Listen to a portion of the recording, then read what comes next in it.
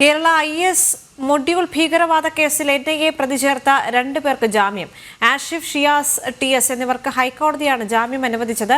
ദീർഘകാലമായി ജയിലിൽ കിടന്നുവെന്ന് പരിഗണിച്ചും വിചാരണ ആരംഭിച്ചിട്ടില്ല എന്നതുമാണ് ജാമ്യം അനുവദിക്കാൻ കാരണം. രേഷ്മ ബാബു ചേരുന്നുണ്ട്. രേഷ്മ, ഈ റിപ്പോർട്ടിന്റെ കൂടുതൽ വിശദാംശങ്ങൾ.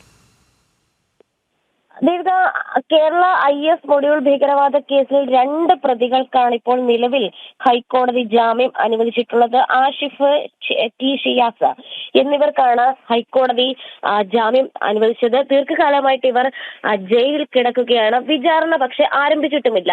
ഈ കാരണങ്ങൾ പരിഗണിച്ചുകൊണ്ടാണ് ജാമ്യം അനുവദിക്കുന്നതെന്നാണ് ഹൈക്കോടതി എടുത്തു പറയുകയും ചെയ്തിട്ടുള്ളത്. NIA പ്രതി ചേർത്തവരാണ് ഈ ആഷിഫും ഷിയാസും. നേരത്തെ കേരളത്തിൽ IS മോഡൽ ഭീകരാക്രമണത്തിന് ഇരുവരും പദ്ധതിയിട്ടതായിട്ട് NIA കണ്ടെത്തിയിരുന്നു. ഇവരുടെ വീടുകളിൽ നിന്നും ലഘുലേഖകളടക്കം കണ്ടെത്തുകയും ചെയ്തിരുന്നു.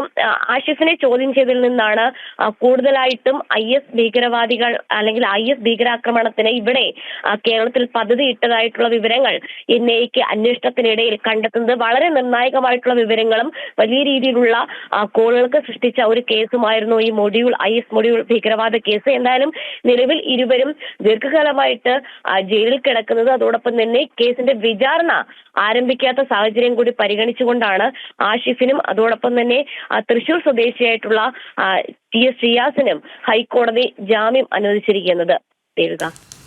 ശരി രേഷ്മ.